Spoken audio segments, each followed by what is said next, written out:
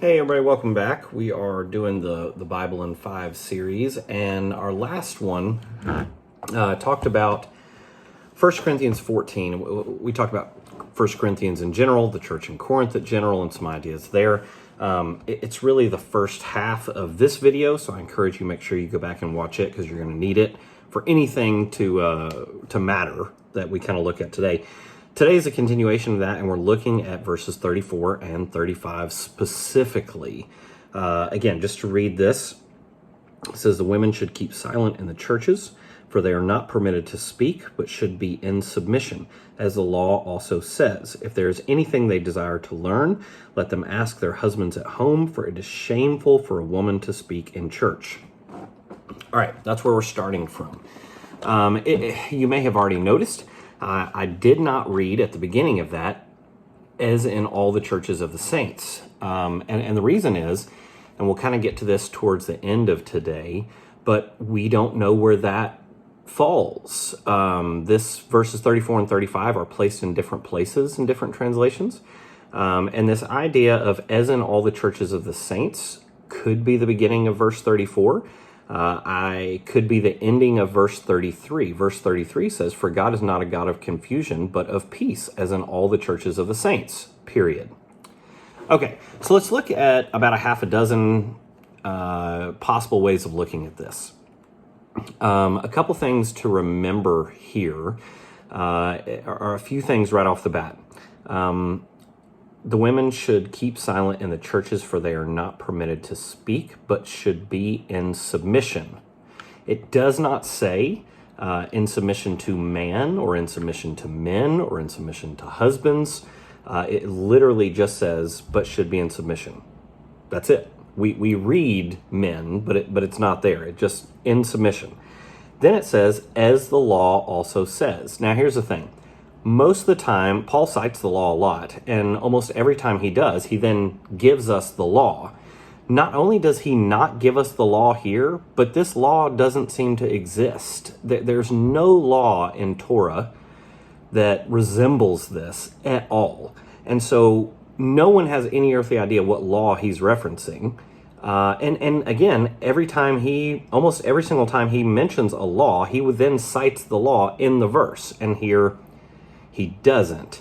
The other thing here is there's not really, when you see keep and remain, those words aren't in the original. Those are kind of added. So just something to consider as we're reading through this. Okay. So number one, it can mean silence. It can mean silence, and it could mean forever and always. Now, here's a couple things. I started to say it could mean exactly what it says. The problem, of course, is, as we talked about in 2 videos ago, none of this was written in English. This was all in Greek, and it was translated, and so everything is an interpretive translation. But it could mean that. If it does, here's the thing. It would really kind of mean forever and always, and that would mean that women in the assembly couldn't pray out loud. And I don't mean in front of people. I mean, if your church, like our church does sometimes, where you will have group readings, or people will read along with scripture, or read along with prayers from Psalms or anything like that, they wouldn't be able to do that because that would not be silent. They also couldn't sing at all because that's not silent. And furthermore, there's not really any designation necessarily between a church building and anything outside of a church building, because church had no association with a building whatsoever. And so this would just mean silent, period, always, no matter what, everywhere. Okay, number 2. Another translation for this is we're talking about weighing out someone who has delivered a message. And so a second way that this is sometimes interpreted and looked at is when it goes into let them ask their husbands at home, for it is shameful for a woman to speak in church. One interpretation of this is that a husband would deliver a prophetic message, would be teaching.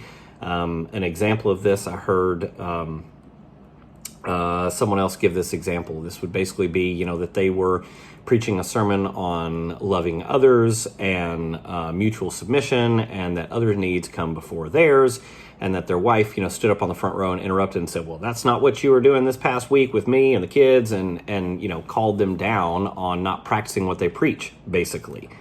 So that's kind of number two.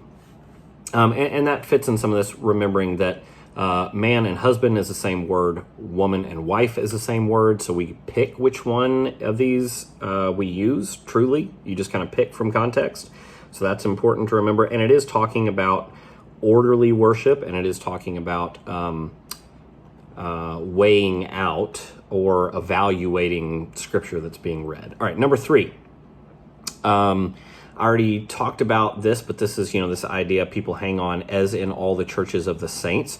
So verses 34 and 35 sometimes appear where they are. Sometimes they appear after verse 40 at the end, and we'll talk some possible reasons about why for that in a little bit, which means that as in all the churches of the saints could be the conclusion for verse 33. It fits if you read it that way. Don't know that because that's, we didn't have paragraphs, and we didn't have all of the punctuation, and we didn't have paragraph headings or anything like that. All of that's been added. And again, chosen by the interpretations when these translations are done. Number four, women shouldn't be in on the process of weighing scripture. Verse 29, if we jump back just a little bit, says, let 2 or 3 prophets speak, and let the others weigh what is said. Some people say that this is specifically talking about linking to verse 29, that women, because women weren't silent in this church, they weren't silent in Corinth. Paul speaks specifically, as we talked about in the last video, in chapter 7 and chapter 11, even in chapter 14, about women prophesying, about women praying, about women doing things in the assembly and how they were to do it in the assembly, in the church. And so they can't have instructions on how to do that and not be doing that. And so some people have said, okay, so this is specifically saying that women should not participate in the job of evaluating a message given by somebody. That's another one. Number 5, there's some talk about it is wives and not women. And so that doesn't help entirely. That would, as my 13-year-old daughter points out, that would be a good reason to not get married if you're just adding another layer of submission. So if you're unmarried, you're submissive to God. And then if you get married, you're submissive to husband and God. So you're kind of adding a layer of submission here that doesn't seem to make a whole lot of sense. Another interpretive way of looking at this is there's a weird at the end of this, for it is shameful for a woman to speak in church. In most of the original, there's kind of an odd mark there at the end that we're just not positive of, to be honest. And they have looked at this last one and used it and said possibly this is sarcasm. This is kind of played out and explained in great detail in the book Biblical Womanhood.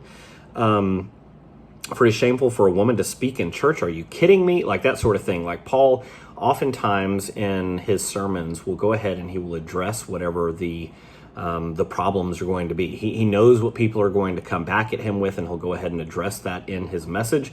And some people say that this is that he is this paragraph here. He's looking, he's like, and you're saying, but it's shameful for a woman to speak in church. Are you kidding? That it's this sarcastic remark that he is using. He's answering a possible objection or something that has been said by some of the false teachers in Corinth. That's another one. The last one going to deal with here is talk briefly in the other one, Codex Vaticanus, the 3rd century manuscript, our earliest complete one. 34 and 35 are marked with a distigme, saying that it was a marginal note. This goes back to how it was in 2 different places. Some it's not there at all. Some it's after verse 33. Some it comes after verse 40. Read those and see how that kind of works. And it's because that mark designates something as a marginal note, something that was written in the sides, in the margins, and that was later by a scribe kind of moved in line with the text. And that's why different scribes kind of put it in different positions. Some didn't have it. And so that marking shows that it is what's called an interpolation, which simply means it was a marginal note that wasn't in the original, that wasn't written by Paul, that somebody kind of added in, and it's not there at all. There's a lot of depth to all of these. There's a lot of reason for all of these different ones. Obviously, in a 10-minute video that was supposed to be around 5, there's just no way. I mean, we're spending 60 seconds or less on each of these around half dozen different interpretations and why these things might be. There's a lot more to that. You can research, you can email me, we can talk more about it. There are a lot that goes with each one of these, why some are stronger than others. Here's what I can say. I can't definitively say which one it is.